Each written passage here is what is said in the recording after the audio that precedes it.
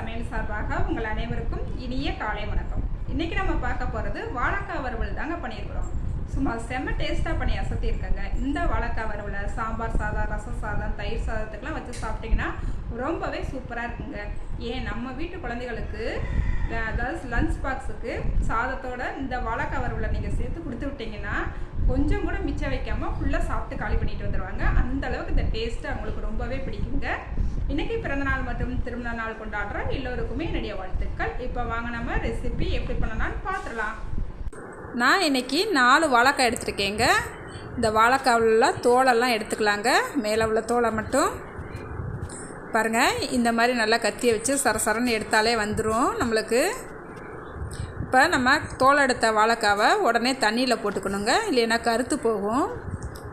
இது போல் நான் எல்லாத்தையுமே இந்த மாதிரி தோலை எடுத்து ரெடி பண்ணி வச்சுக்கிட்டேன். இப்போ இந்த வாழைக்காவை கட் பண்ணி எடுத்துக்கலாம். ஃபஸ்ட்டு நீல வாக்கில் இந்த மாதிரி கட் பண்ணிக்கலாங்க. அதுக்கப்புறம் குறுக்க கட் பண்ணிக்கலாம். அதுக்கப்புறம் கொஞ்சம் திக்கான பீஸாக வர்றாப்பில் இந்த மாதிரி கட் பண்ணி எடுத்துக்கணும். ரொம்ப நைஸாக கட் பண்ணோம்னா நம்ம வதக்கி எடுக்கும் போது வாழைக்காய் வந்து குழஞ்சி போயிடும். அதனால் கொஞ்சம் திக்காக இந்த அளவுக்கு நம்ம கட் பண்ணி எடுத்துக்கலாங்க. இப்போ இதையுமே உடனே தண்ணிக்கு மாற்றிக்கிறணும். பாருங்கள், நான் எல்லா வாழைக்காவையும் நல்லா இந்த மாதிரி கட் பண்ணி எடுத்துக்கிட்டேன்.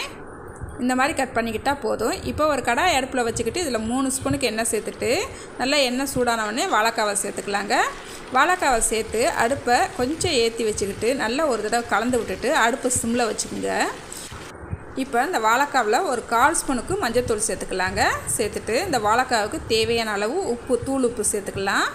சேர்த்துட்டு நல்லா ஒரு தடவை கலந்து விடலாம். அடுப்பை சிம்லேயே வச்சுக்கோங்க. நல்லா கலந்து விட்டுட்டு இதை மூடி வச்சு இதை நல்லா வேகட்டுங்க. பாருங்கள், நம்மளுக்கு மூடி வச்சு நல்லா ஒரு 5 நிமிஷத்துக்கு நல்லா வேக விட்டுட்டேன். அடுப்பு சிம்மில் வச்சு தான் வேக விட்டுருக்கேன். நல்லா திருப்பி போட்டிருக்கிறேன். ஊட நல்லா திருப்பி போட்டு நல்லா வேக வச்சு எடுத்துக்கிட்டேன். இந்த அளவுக்கு நம்மளுக்கு வெந்து வந்தால் போதும். ரொம்ப மொறுன்னு வந்துடக்கூடாது, ரொம்ப சாஃப்டாகவும் இருக்கக்கூடாது. இந்த மாதிரி பக்குவத்துக்கு கரெக்டாக வேக வச்சு எடுத்துக்குங்க. இப்போ இதை எடுத்துக்கலாங்க அந்த வாழைக்காவை. இப்போ அதே கடாயில் கொஞ்சமாக எண்ணெய் இருக்குது, அந்த எண்ணெய் அப்படியே இருக்கட்டும். அதுலேயும் கடுகு சேர்த்துக்கலாம். கடுகு வெடித்த உடனே ஒரு 1/4 ஸ்பூனுக்கு பெருஞ்சீரகம் சேர்த்துட்டு ஒரு பல்லாரி வெங்காயத்தை நல்லா பொடிசாக கட் பண்ணி வச்சுருக்கிறேன். இந்த வெங்காயத்தை சேர்த்துக்கலாங்க. கொஞ்சமாக கருவேப்பிலையும் சேர்த்துக்கலாம். சேர்த்துட்டு இந்த வெங்காயம் நல்லா செவந்து வரணும். இந்த அளவுக்கு நல்லா வதக்கிக்கிட்டால் போதும். இப்போ 1 ஸ்பூனுக்கு வத்தப்பொடி சேர்த்துக்கலாம். 1/2 ஸ்பூனுக்கு மல்லிப்பொடி சேர்த்துக்கலாம். இது கூடவே ஆச்சி சிக்கன் 65 பொடி ஒரு ஸ்பூன் சேர்த்துக்கலாங்க. இது சேர்க்கும் போது டேஸ்ட்டும் சூப்பராக இருக்குங்க. இப்போ ஒரு தடவை நல்லா கலந்து விட்டுக்கலாம். இப்போ கலந்து விட்டுட்டு ஒரு ஸ்பூனுக்கு சீரகப்பொடி சேர்த்துக்கலாங்க.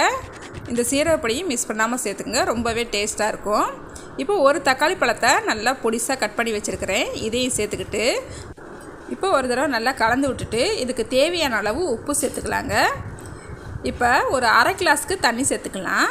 தண்ணி ரொம்ப சேர்க்க வேண்டாம், ஒரு 1/2 கிளாஸ்க்கு மட்டும் சேர்த்துட்டு நல்லா ஒரு தடவை கலந்து விட்டுட்டு மூடி வச்சு நல்லா மசாலாவோட பச்சை வாசனை போகிற வரைக்கும் நல்லா வதக்கிக்கிட்டு எண்ணெயும் நல்லா பிரிஞ்சு வர அளவுக்கு நல்லா விட்டுறணுங்க. இப்போ பாருங்கள், எண்ணெய் நல்லா பிரிஞ்சு வந்துருச்சு, மசாலாவோட பச்சை வாசனையும் போயிடுச்சு. இப்போ வாழைக்காவை சேர்த்துக்கலாங்க.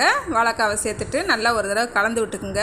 நல்லா ட்ரையாக இருக்கணும் பாருங்கள், அப்போ தான் நம்மளுக்கு இந்த வறுவல் சாப்பிட்றதுக்கு செம்மையாக இருக்கும்.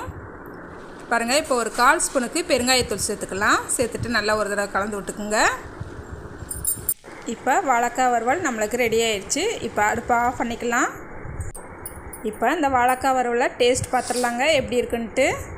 பாருங்கள், ஒவ்வொரு வாழைக்காவிலையுமேவும் நல்லா மசாலா பிடிச்சி செம்மையாக வந்திருக்குங்க. இப்போ நான் சாப்பிட்டு பார்த்துட்றேன் எப்படி இருக்குன்ட்டு. செம்ம டேஸ்ட்டாக இருக்குங்க. மசாலாலாம் சூப்பராக பிடிச்சிருக்கு, நல்லா காரசாரமாக செம்மையாக இருக்குது. அப்படியே சாப்பிட்டோம்னா நுப்பாட்ட முடியல, வெறுவாயிலேயே அப்படியே சாப்பிட்டுக்கிட்டே இருக்கலாம் போல் இருக்குங்க. இது போல் நீங்களும் ஒரு தடவை ட்ரை பண்ணி பாருங்கள். ட்ரை பண்ணிவிட்டு எப்படி வந்துச்சுன்னு மறக்காமல் கமெண்ட்டில் சொல்லுங்கள். இந்த வீடியோ உங்களுக்கு பிடிச்சிருந்தா லைக் பண்ணுங்கள், ஷேர் பண்ணுங்கள். மறக்காமல் வீடியோ பார்க்குற எல்லாருமே என்னோடய சேனலை சப்ஸ்கிரைப் பண்ணிக்கோங்க. பாய். அடுத்த ஒரு ரெசிபியில் பார்க்கலாங்க.